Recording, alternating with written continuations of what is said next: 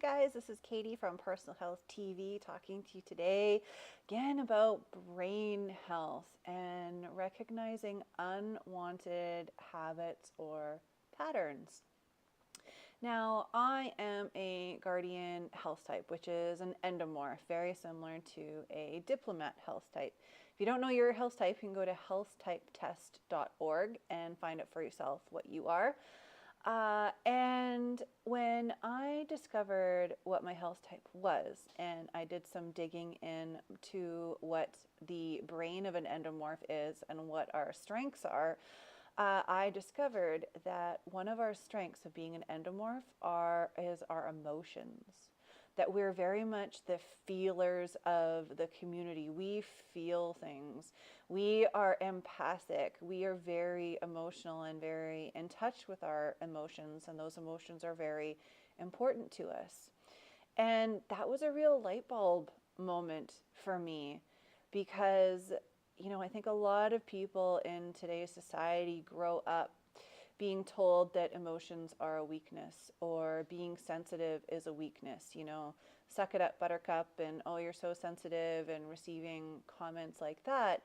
And you really start bottling things up and you really start internalizing a lot of things. And when I found out that my brain and my body type is naturally inclined to feel things more, and it's actually healthy for me to feel those things and to express those things, it just felt so liberating and such a burden off my shoulders that I had to stop trying to feel things. And when I went through that process, I realized all the different ways and how I stopped trying to feel, because I was being told feeling things is a weakness, feeling things is bad. And instead of allowing myself to feel things, I started eating my feelings. I started turning to food to help me cope with the fact that I was feeling things. I was feeling sad, or I was feeling stressed. I also realized that I was turning to alcohol to help numb my brain from feeling things, numb my body from feeling things, because I was feeling things and people were telling me that was bad and was not desirable, and that it would be perceived as a weakness in my career and my social relationships, that people don't want to be around ninnies or crybabies.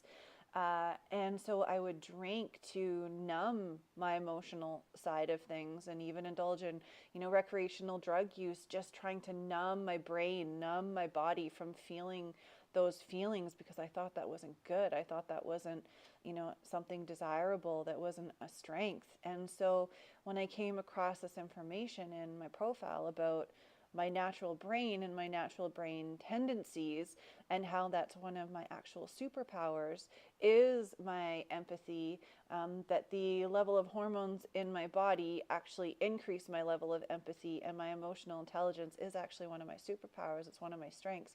When I started redefining my sensitivity and my emotional sides and my feelings as being a weakness, started redefining it into a strength. Did you hear that? Did you feel that? Oh, that release, like the burden off my shoulders, off my mind, was just so uplifting.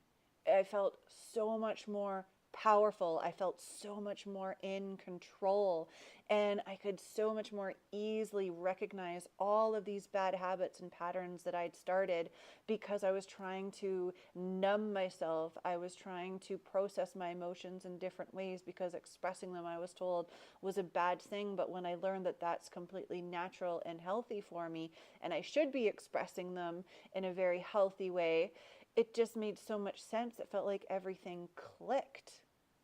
It's one of my superpowers, not a weakness, to feel things, the emotions, and these unwanted